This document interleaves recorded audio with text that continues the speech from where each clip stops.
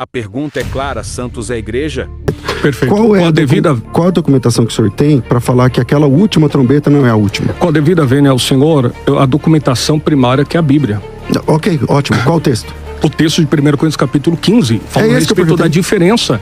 Como é que o senhor consegue juntar o arrebatamento da igreja, transformação em glória, com Apocalipse 11:15? É que sim, com todo respeito, como a gente consegue juntar ou não juntar, isso não vem ao caso. Não vem ao caso porque é debate. Não, ok. O caso é que a autoridade é o que a Bíblia diz e não a nossa habilidade. Eu tô falando o que, pastor César? Gibi? E não a nossa habilidade de juntar ou não juntar as coisas. Mas eu tô lendo o gibi? O texto de... Crônicas de Nárnia? Parece que você tá meio ofendido, me perdoa. Eu não quis te ofender. Não, é porque o senhor está falando que o são senhor coisas não se diferentes. trata. Isso aí. Agora, bispo, é importante ressaltar, eu queria responder, o pastor César pediu um texto, voltando ao contexto, a questão da sétima trombeta. O senhor leu até o versículo, qual versículo, pastor César? O senhor se lembra? Nem me lembro, foi logo no começo. Apocalipse capítulo 11, versículo 15 em diante. O senhor leu até mais ou menos quando? Eu não lembro. Perfeito. Eu vou ler a partir do versículo de número, que trata a respeito daquilo que o senhor havia dito, em relação que nós havíamos feito a distinção entre a última trombeta e 1 Coríntios capítulo 15, e tratando a respeito da última trombeta em Apocalipse capítulo 11, versículo 15, relacionado ao juízo. Olha o que o texto diz. Versículo 18, para ganharmos tempo. E iraram-se as nações, e veio a tua ira, e o tempo dos mortos para que sejam julgados, e o tempo de dares o galardão aos profetas, teus servos, e aos santos, e aos que temem o teu nome, pequenos e grandes, e o tempo de destruíres os que destroem a terra. E abriu-se no céu o templo de Deus, e a arca da aliança foi vista no templo, e houve-se relâmpagos, vozes, trovões, terremotos e grande saraiva. Se isso aqui não é juízo, grande saraiva sobre a terra, não sei mais o que é juízo. Dentro da visão que tratou a respeito da ressurreição, substantivo grego anástasis, que significa dizer tornar a vida, Bispo Samuel, nós temos uma sequência de ressurreições dentro da visão pré-tribulacionista, relacionada à primícia dos mortos. A expressão mortos, obviamente, vocês sabem melhor que morte, thanatos, hebraico, mut, trata a respeito da falência múltipla dos órgãos, a separação da alma do corpo. A alma continua pela eternidade e o corpo em putrefação orgânica. Dado o arrebatamento, a palavra de ordem, a igreja é transformada, os santos individualmente transformados, corpo de glória, incorruptível e imortal. Imortal porque a morte não toca, glorioso porque será eterno, incorruptível porque a corrupção não chega perto. O contexto nos apresenta que Cristo, em 1 Coríntios capítulo 15, Paulo vai tratar a respeito na perícope, relacionada ao quê? A manifestação de Cristo, ressuscitado como primícia dentre os mortos. Na Bíblia nós temos 3 tipos de ressurreições. Ressurreição de mortos, ressurreição dentre os mortos e ressurreição dos mortos. A ressurreição dentre os mortos, pastor Marcelo, se aplica apenas a Cristo, como a primícia, o único que ressuscitou para a eternidade. Depois dele, aqueles que morreram, ou na sua ressurreição ressuscitaram, os arrebatados, ou a igreja no sentido do arrebatamento, as 2 testemunhas de Apocalipse capítulo 11 que falam que ressuscitarão, e também no milênio, ou antes, melhor dizendo, trata a respeito daqueles que foram decapitados, que depõem contra o amilenismo, depois nós vamos tratar desse assunto, e ressuscitarão. Ali a expressão é qualitativa em relação ao corpo de forma histórico-gramatical. Sem sombra de dúvidas, nós temos aqui a resposta da sétima trombeta, a diferença de 1 Coríntios capítulo 15, versículo 52 e Apocalipse capítulo 11, versículo 15, a sequência das ressurreições e a manifestação da glória de Cristo, parousia, epifaneia e apocalipse. Parousia, vinda, epifaneia, manifestação, apocalipse, revelação. Bispo, muito obrigado. É uma aula, pastor César. Essa sétima trombeta é a última? Apocalipse capítulo 11, versículo 15, é sim. É a última trata trombeta? A respeito. Essa é a última trombeta? Sim. Então não são 8. Se essa é a última trombeta, então ela é a sétima trombeta do Apocalipse e a última são a mesma coisa, certo? Sim. Ok. Então a ressurreição temos 21 juízos, 7 selos, 7 trombetas e 7 taças. Ok. Então a ressurreição dos mortos acontece na última trombeta. Não, certo? O texto fala a respeito da É que o texto lá de Tessalonicenses, desculpa, o texto de Coríntios capítulo 15, que o senhor trouxe, o primeiro texto que o senhor trouxe, o senhor acabou de concordar que essa é a última trombeta? A última trombeta é a sétima, o senhor disse que são as mesmas? Eu concordei que Apocalipse 11, 15 é a última trombeta do período tribulacional. E 1 Coríntios capítulo 15, versículo 52, fala a respeito da trombeta de convocação da igreja para o arrebatamento, que é a transformação dos corpos. Aí no início Com que nós documento o senhor afirma que a última trombeta de Coríntios 15... Não é a mesma de Eis Apocalipse. aqui vos digo um mistério. Na verdade, nem todos nós dormiremos, nós todos seremos transformados. No momento, abrir e fechar de olhos antes ao toque da última trombeta. Perfeito. Qual é Com a devida... Qual a documentação que o senhor tem para falar que aquela última trombeta não é a última? Com a devida vênia ao senhor, a documentação primária que é a Bíblia. Ok, ótimo. Qual o texto? O texto de 1 Coríntios capítulo 15, fala a respeito da diferença. Como é que o senhor consegue juntar o arrebatamento da igreja, transformação em glória, com Apocalipse 11:15? É que sim, com todo respeito, como a gente consegue juntar ou não juntar, isso não vem ao caso. Não vem ao caso porque é debate. Não, ok. O caso é que a autoridade é o que a Bíblia diz, e não a nossa habilidade... E eu tô falando o quê, pastor César? Gibi? E não a nossa habilidade de juntar ou não juntar as coisas. Mas eu tô lendo o gibi? O texto de... Crônicas de Nárnia? Parece que você tá meio ofendido, me perdoa. Eu não quis te ofender. É porque o senhor está falando que eu não estou lendo o texto. Não, eu não disse isso. Eu não disse que o senhor não está lendo o texto. Que é o momento eu disse isso. Não, o senhor é meu professor. Eu só estou explicando assim no sentido que o senhor perguntou. Primeiro, eu não quis te ofender. Eu não quero lacrar, não quero nada. O texto, eu muito menos. O texto que o senhor usou, lá diz assim, que a transformação dos corpos é na última trombeta. Aí eu estou perguntando assim, o senhor tem algum documento para mostrar, algum texto bíblico, que a última trombeta não é a última trombeta? Aí o senhor está dizendo, não, aí vai da habilidade da pessoa. Então, peraí. Interpretação. Isso, então o senhor sair da interpretação. Uma das regras de interpretação, o senhor sabe melhor do que eu, é que o texto obscuro se interpreta pelo texto claro. E a Bíblia se interpreta... Deixa só o pastor César terminar o pensamento dele. Então, só tem que ficar claro aqui que para sair dessa pergunta é só através da interpretação pessoal de cada um. Mas o texto bíblico diz que a transformação do corpo acontece na última trombeta. Perfeito. Então, houve Saraiva. Isso é juízo ou não? A pergunta pastor César, bicho. Para mim, tem juízo na sétima trombeta. Pastor César. Você acaba de concordar, né? Eu entendi o que o senhor está falando, que o senhor acredita que a última trombeta... Pastor Calixto só concorda com ele agora, né? Que Paulo diz de 1 Coríntios é a mesma... Vai ser demitido de São José dos Campos, sumariamente. O senhor não aceita essa construção teológica, que é uma construção teológica, que essa não bate, as evidências não são a mesma. Construção Mas bíblica. Não é a mesma coisa que o senhor faz quando nós abirrogamos que depois do capítulo 6 não aparece o termo igreja. O senhor também não faz uma construção teológica ligando os santos com a igreja? Deixa eu só terminar a pergunta. Boa pergunta, eu entendi. Só termina. O senhor não está fazendo também uma construção teológica que o senhor revigora dizendo que não, que isso é uma interpretação pessoal.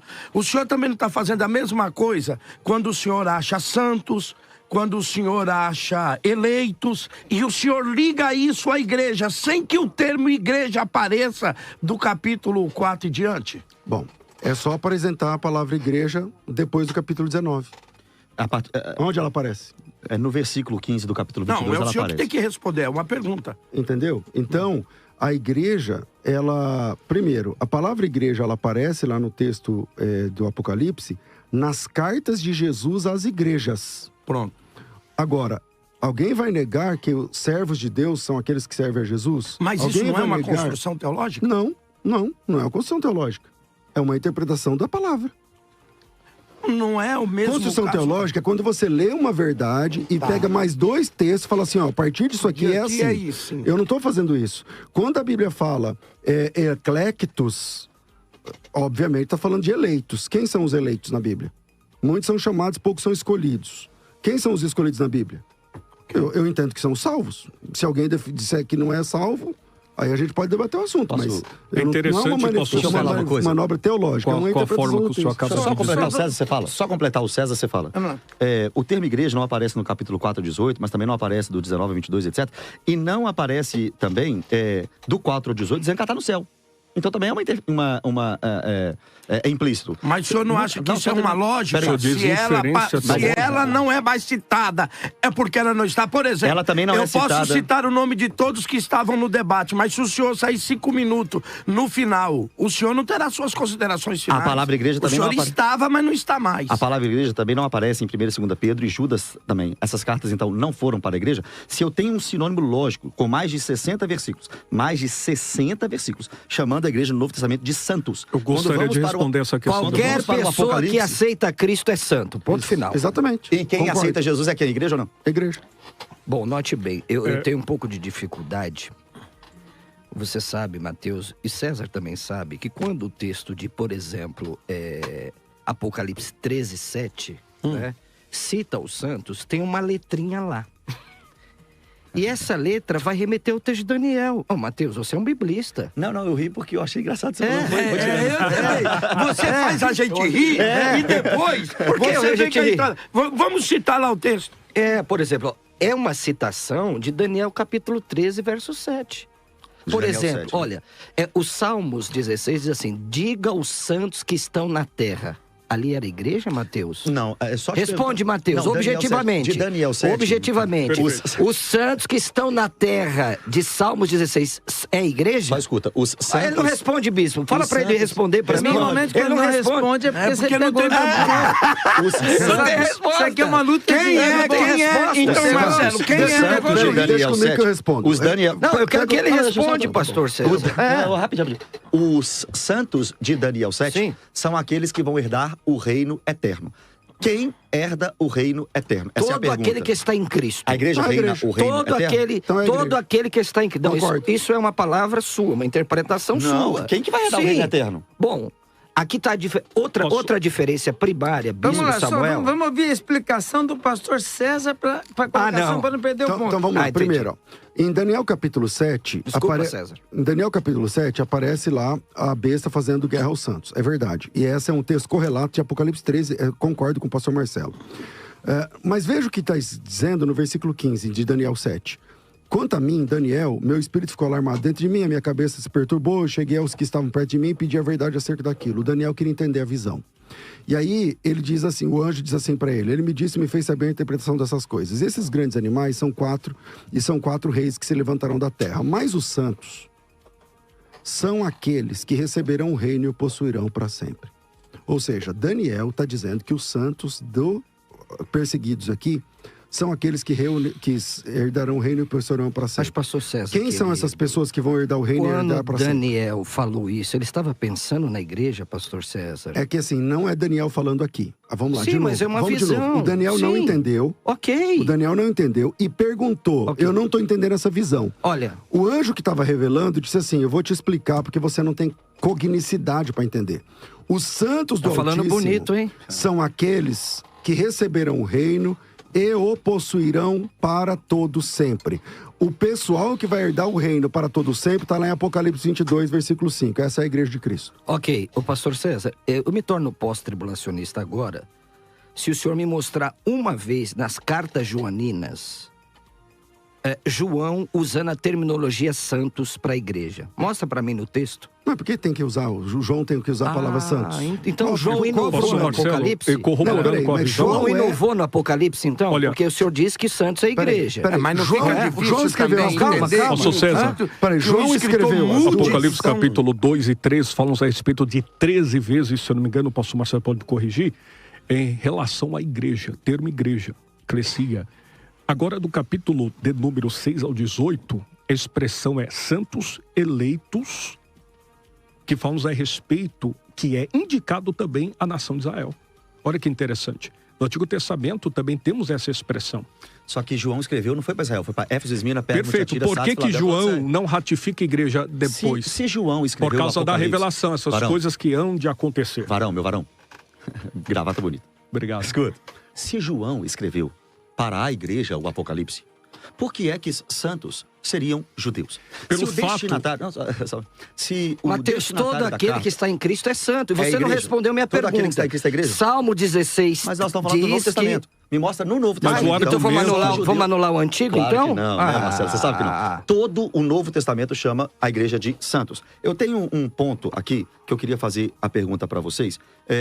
Mateus, mostra pra mim santos nas cartas joaninas, porque o César tá procurando até agora e não achou. Deixa eu só... Não, nas cartas joaninas. Deixa eu só colocar uma pergunta nisso, Marcelo. Nas cartas joaninas. Mas não existe a expressão ali, santos eleitos ou fiéis, aplicado a Israel também. Não fica difícil, até o Novo Testamento talvez seja um pouco de crítica Santos, pastor Calixto, é uma terminologia de Paulo e não de João. Você identifica... Corpos paulinos, não importa dizer isso. Deixa eu tentar entender a lógica do pastor Marcelo. Vamos lá, vamos tentar entender. A lógica do pastor Marcelo é... Só um minuto, com todo respeito. Deixa eu entender a lógica. O senhor está dizendo o seguinte, eu me torno pós-tribulacionista se o senhor mostrar na epístola de João a palavra santos. Ok.